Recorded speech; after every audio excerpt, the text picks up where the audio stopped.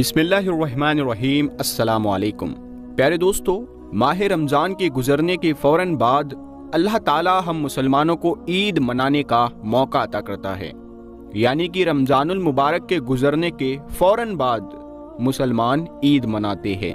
مگر کیا آپ نے کبھی یہ سوچا ہے کہ مسلمان عید کیوں مناتے ہیں؟ مسلمانوں میں عید منانے کی شروعات کب اور کیسے ہوئی، اور دنیا میں سب سے پہلی عید کب اور کیوں منائی گئی؟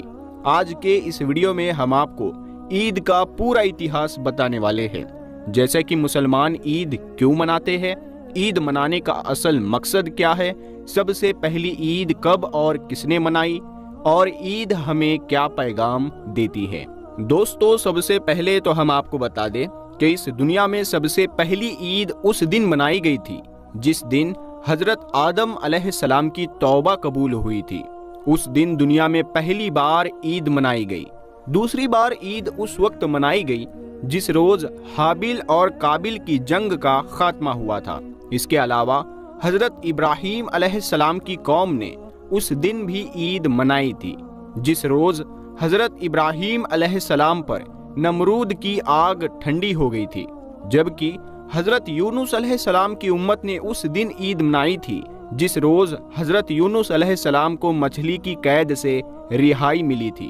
اسی طرح سے حضرت موسیٰ علیہ السلام کی قوم نے اس دن عید منائی تھی جس روز حضرت موسیٰ علیہ السلام اللہ کی مدد سے بنی اسرائیل کو فرعون کے ظلم و ستم سے نجات دلائی تھی۔ اس کے علاوہ حضرت عیسیٰ علیہ السلام کی امت نے اس دن عید منائی تھی جس دن حضرت عیسیٰ علیہ السلام پیدا ہوئے تھے، اور آج بھی عیسائی لوگ اسی دن کو عید کے طور پر مناتے ہیں۔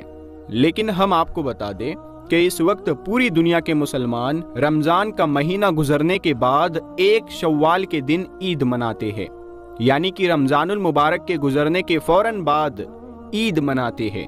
دوستو، آج ہم اور آپ جس عید کو منا رہے ہیں، اس عید کو اللہ کے پیارے نبی حضرت محمد صلی اللہ تعالی علیہ وسلم نے سن 624 عیسوی میں جنگ بدر کی فتح کے بعد منائی تھی۔ اللہ کے پیارے نبی نے بدر کی جنگ میں دشمنوں کو شکست دی تھی، اسی لیے پھر آپ نے اس خوشی میں سب سے پہلی عید منائی تھی۔ روایتوں میں ہے کہ اللہ کے پیارے نبی کے ہجرت سے پہلے مدینہ کے لوگ 2 جشن منایا کرتے تھے، اور اس دوران وہ لوگ سیٹیاں بجاتے اور طرح طرح کے کھیل کھیلا کرتے، اور یہی نہیں، اس موقع پر وہ میلے بھی لگاتے تھے۔ لیکن پھر جب اللہ کے پیارے نبی مدینہ میں تشریف لائے تو مدینہ شریف میں صرف اسلام کے مطابق اور صرف اسلامی طور طریقے پر ہی زندگی کا گزر بسر ہونا شروع ہو گیا۔ حضرت انس رضی اللہ تعالی عنہ سے روایت ہے کہ اس سے پہلے مدینہ کے لوگ 2 تہوار منایا کرتے تھے جن میں وہ کھیل تماشا کیا کرتے تھے۔ جب اللہ کے پیارے نبی نے ان سے دریافت کیا، یعنی کہ ان سے پوچھا کہ یہ 2 دن جو تم مناتے ہو ان کی حقیقت کیا ہے، تو انہوں نے کہا کہ یا رسول اللہ، ہم زمانہ جاہلیت سے ان میلوں کو اسی طرح سے مناتے آ رہے ہیں۔ تو پھر یہ سن کر اللہ کے پیارے نبی نے ارشاد فرمایا کہ اللہ تعالیٰ نے تمہارے ان دونوں تہواروں کے بدلے میں تمہارے لیے ان سے بہتر 2 دن مقرر فرما دیے ہیں۔ پہلا دن عید الاضحیٰ کا ہے اور دوسرا دن عید الفطر کا ہے۔ دوستو، اب ہم آپ کو بتاتے ہیں کہ مسلمان عید الفطر کیوں مناتے ہیں، یعنی کہ عید الفطر کی شروعات کب ہوئی، جس کو ہم رمضان عید کے نام سے جانتے ہیں۔ یاد رکھیں، رمضان کا مہینہ اسلامی کیلنڈر کے حساب سے 9واں مہینہ ہے، جو سب سے مبارک اور پاک مہینہ ہے۔ رمضان کے مہینے میں مسلمان پورے مہینے بھوکے پیاسے رہ کر روزے رکھتے ہیں، یعنی اس مہینے میں 30 روزے مسلمان رکھتے ہیں اور اللہ تعالیٰ کی خوب عبادت کرتے ہیں۔ رمضان کے مہینے کے بعد اگلے مہینے یعنی کہ 10ویں مہینے کی پہلی چاند کی رات عید کی چاند رات ہوتی ہے، یعنی کہ اگلا چاند دکھائی دینے کے بعد عید کا اعلان کیا جاتا ہے، مطلب کہ عید الفطر کا اعلان کر دیا جاتا ہے۔ یاد رکھے دوستو، عید الفطر عبادت اور اللہ تعالیٰ کی طرف سے ہمارے لیے ایک ہی نام کا دن ہے۔ اس دن مسلمان اللہ تعالیٰ کا شکر ادا کرتے ہیں کہ اللہ نے ہمیں روزہ رکھنے کی توفیق دی طاقت دی اور ہم کو گناہوں سے محفوظ رکھا۔ دوستو اس کے علاوہ ہم آپ کو یہ بھی بتا دیں کہ رمضان کے مبارک مہینے میں ہی قرآن پاک نازل ہوئی تھی، اسی لیے مسلمان عید کے دن اس بات کی خوشیاں اور جشن مناتے ہیں۔ اس کے علاوہ رمضان کے پورے مہینے میں مسلمان روزہ رکھتے ہیں، اللہ کی عبادت کرتے ہیں اور کامیابی حاصل کرتے ہیں، تو عید اس بات کا بھی جشن ہے۔ اس کے علاوہ قرآن پاک کے مطابق رمضان کے مہینے میں روزہ رکھنے کے بعد اللہ تعالیٰ اپنے بندوں کو انعام عطا کرتا ہے، اسی لیے اس دین کو عید کہتے ہیں۔ بخشش اور انعام کی اس عید کو عید الفطر بھی کہا جاتا ہے۔ آئیے دوستو اب بات کرتے ہیں کہ عید الفطر ہمیں کیا پیغام دیتی ہے۔ یاد رکھے اللہ تعالیٰ کا حکم ہے کہ جس طرح سے تم عید کے دن ایک دوسرے کے ساتھ پیار اور محبت سے ملتے ہو، ویسے ہی تم ہمیشہ لوگوں کے ساتھ پیار اور محبت کے ساتھ میں پیش آؤ، یعنی کہ ہمیشہ محبت سے ملتے رہو۔ اس کے علاوہ عید کے دن کا ایک خاص پیغام یہ بھی ہے کہ عید کے دن غریبوں کی خوب مدد بھی کیا کرو۔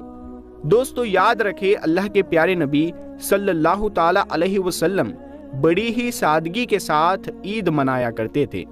ایک مرتبہ عید کے دن اللہ کے پیارے نبی حضرت محمد صلی اللہ تعالی علیہ وسلم اپنے گھر سے عیدگاہ کی طرف جا رہے تھے، تو آپ نے دیکھا کہ راستے میں کچھ بچے کھیل رہے ہیں۔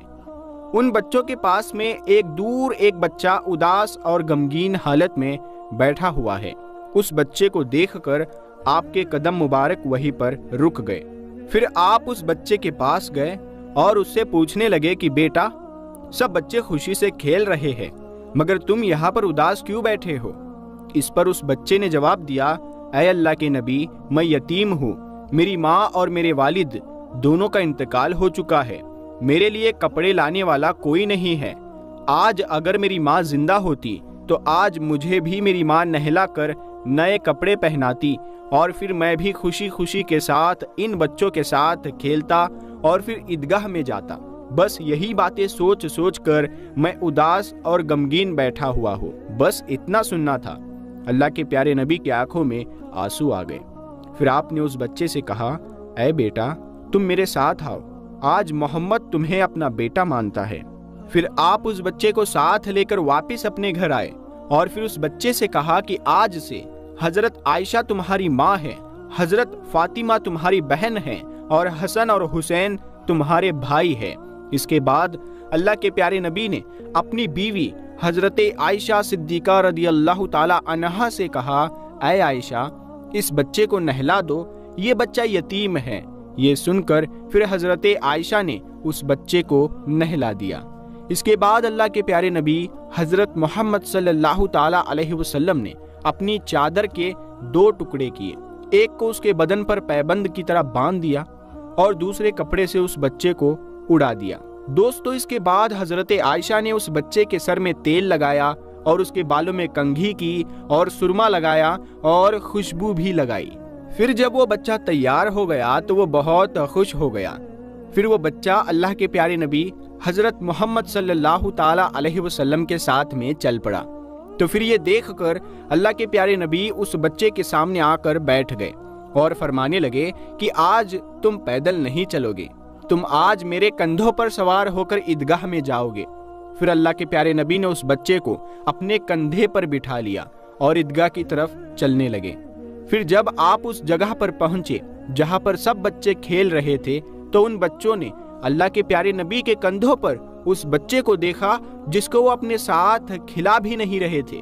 وہ بچہ تو نہا دھو کر اللہ کے نبی کے کندھوں پر سوار ہے۔ تو یہ دیکھ کر وہ سب بچے حیران رہ گئے۔